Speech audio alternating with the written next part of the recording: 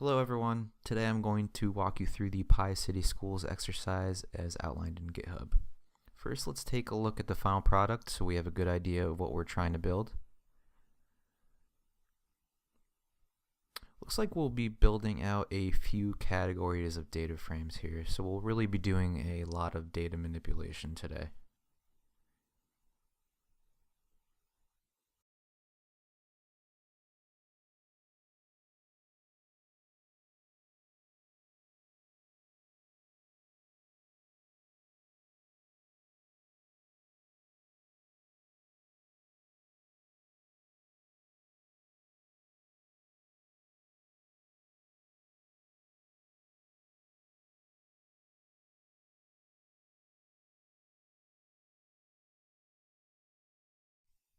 And the files we'll be using are two CSV files. The first has a list of schools, their type, enrollment, and their budget, right here in the last column. And then the second is a list of students with student ID, name, gender, grade, school, and then their reading and their math scores. And it looks like we have a good deal of data here, nearly 40,000 data points. So that's a good amount of data to get started with. All right, let's get started. The first thing we want to do is import dependencies, import the CSV files, and create our first data frames to visualize what we're working with for the rest of the exercise.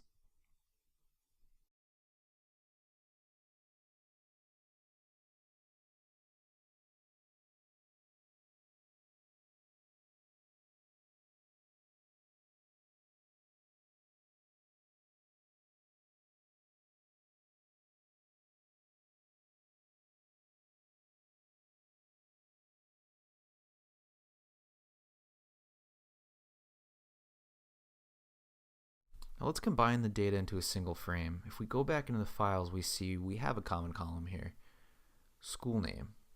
So let's use that to merge the two frames that we've already created.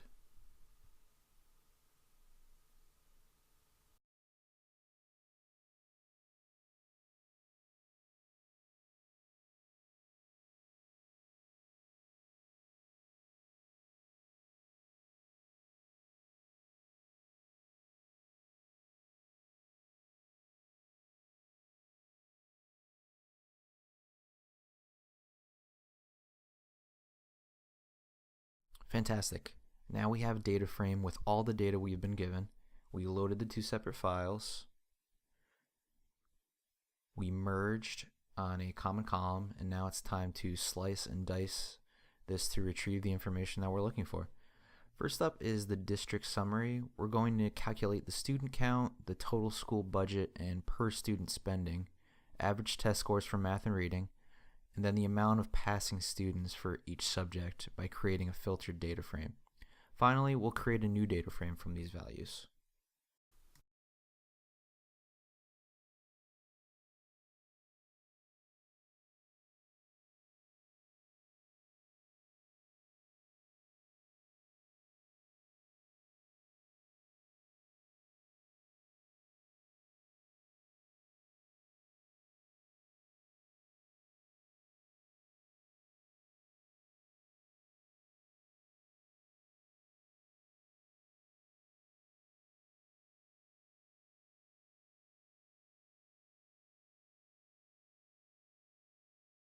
Alright, and it looks like we made a small error here. Let's take a look.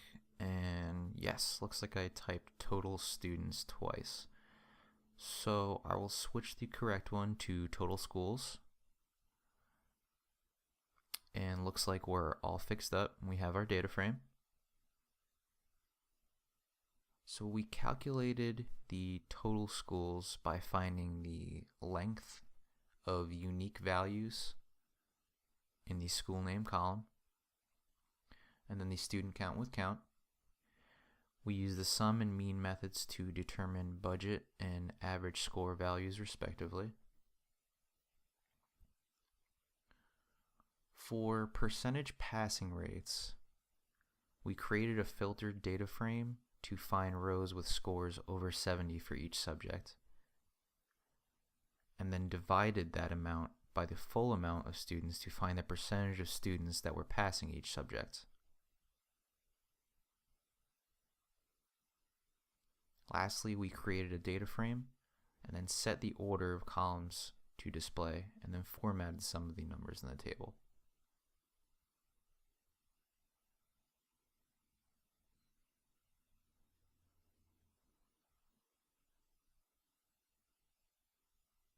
Alright, the next data frame we're going to create is the school summary, where we'll do something pretty similar to what we just did, but for each of the 15 schools in the data set.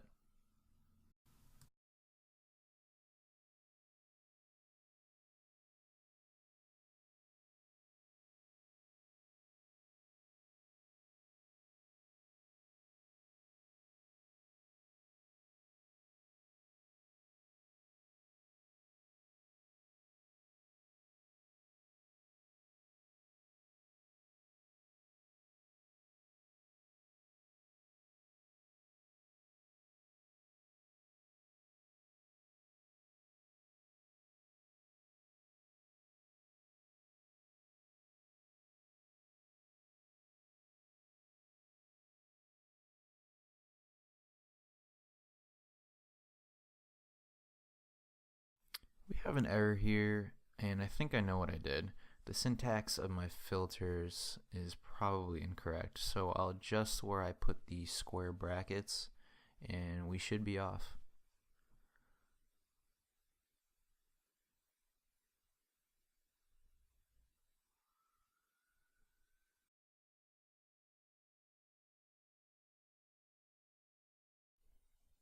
Perfect. We now have a data frame with the values for each of the 15 schools in the dataset.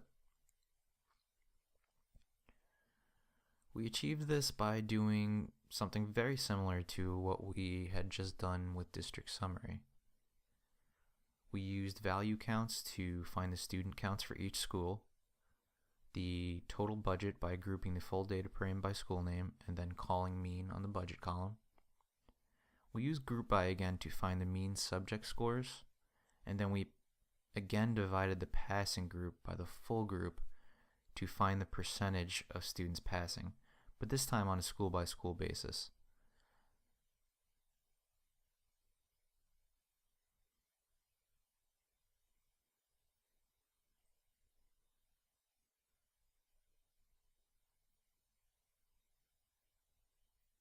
Lastly, we created and stylized our data frame.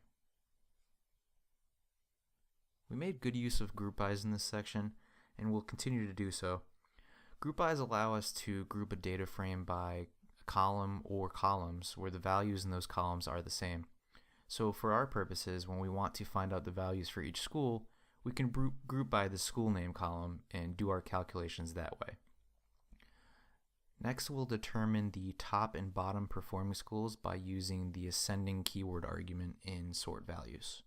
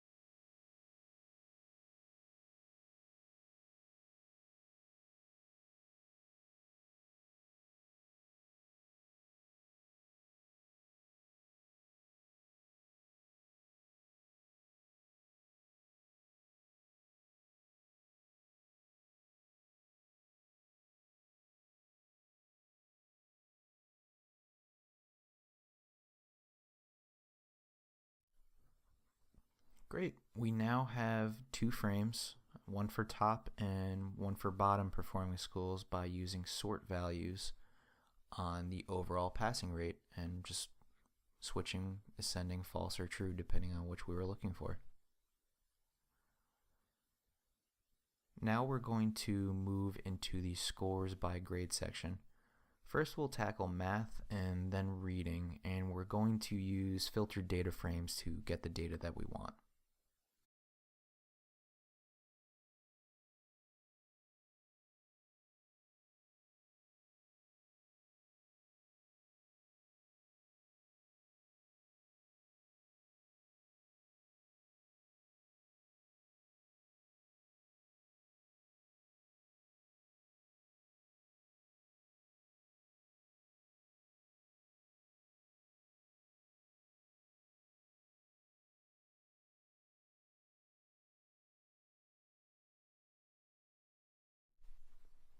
Okay, we did a few things here.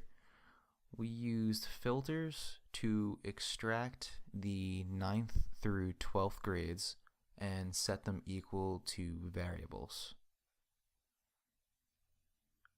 Next, we used a group by on school name because we want these values for each school, and then mean on the math score to find the values we're looking for. Finally, we created our data frame and stylized it so the columns show up in the correct order.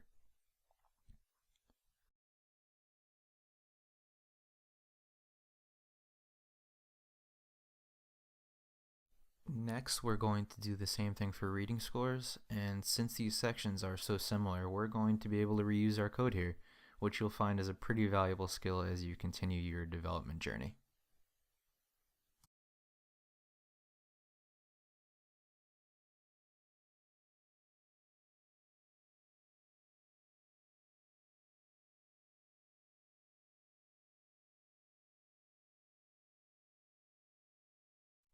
We'll make sure we change all of the math values to reading values, and after we finish that, we should have a reading data frame.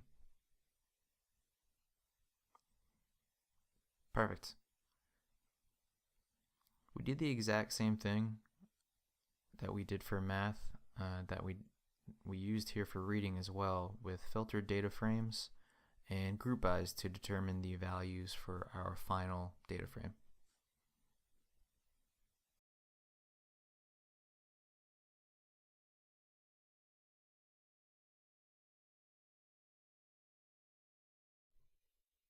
The next section we'll turn our attention to is the scores by school spending section.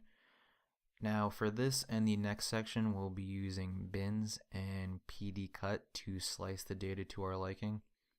It can be a little confusing the first time you see or use pd.cut, but thankfully the visualization of Jupyter Notebook should help in that regard.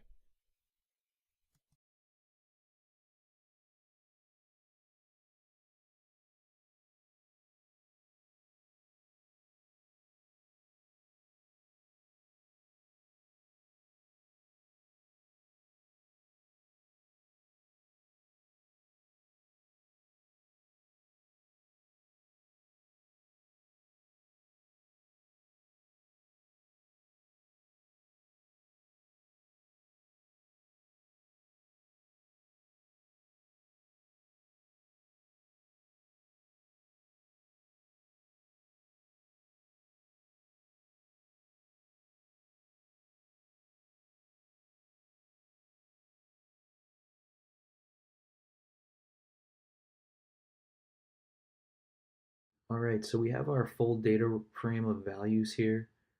It's split among the spending ranges per student. And what we did here was first establish the ranges for our bins. The first range is 0 to 585, second 585 to 615, and 615 to 645, and 645 to 675. Those are our bins, and while there's 5 numbers in the bins list, it's really only 4 ranges because of how bins work. So we have 4 names in the group names. Next, we use the new data frame equal to a pd.cut of per school capita, which is actually a value that we constructed earlier in our exercise.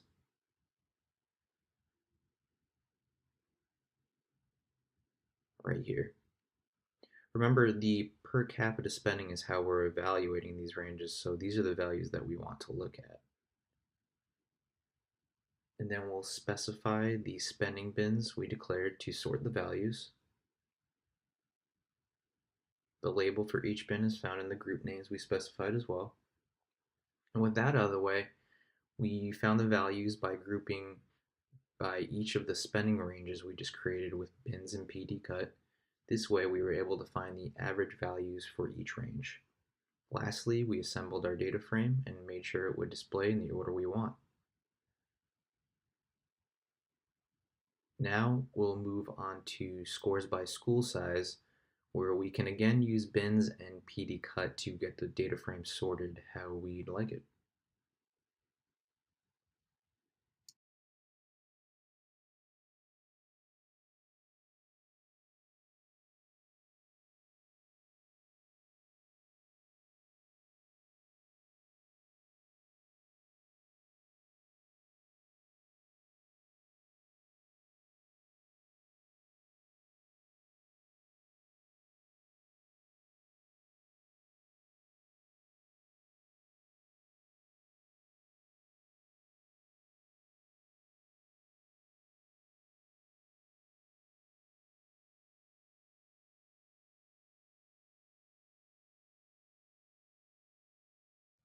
Okay, so we have our data frame thanks to bins and pd.cut. We once again established bins at the beginning. Since there are only 4 values this time, that means there are 3 bins, 0 to 1,000, 1,000 to 2,000, and 2,000 to 5,000. We have some labels for those bins, and then after that, it's largely the same code that we just built for budget per capita. We use pd.cut on the total students column of per school summary and specify the sizes by pointing to the size bins we created and then the labels we gave them. Following that, we used group bys to determine the average math scores for each school size and then the rest of the scores as well, and then built and cleaned our data frame.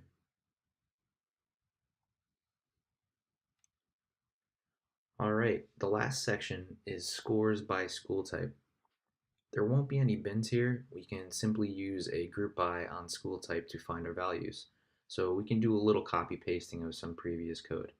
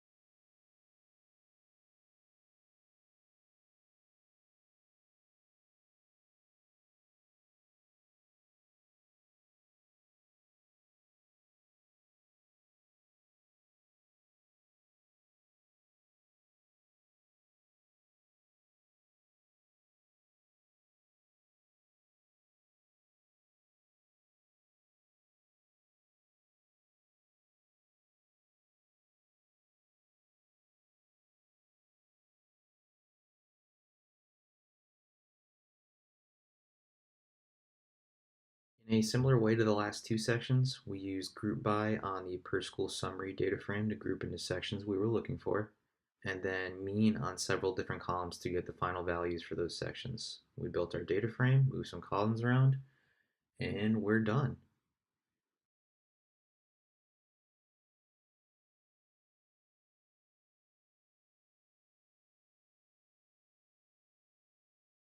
So that's PyCity Schools. It's a fun little exercise that's good for learning how to manipulate data frames using group bys, bins, and pd.cut, as well as a variety of other methods. This was a long one, so give yourself a pat on the back. You made it.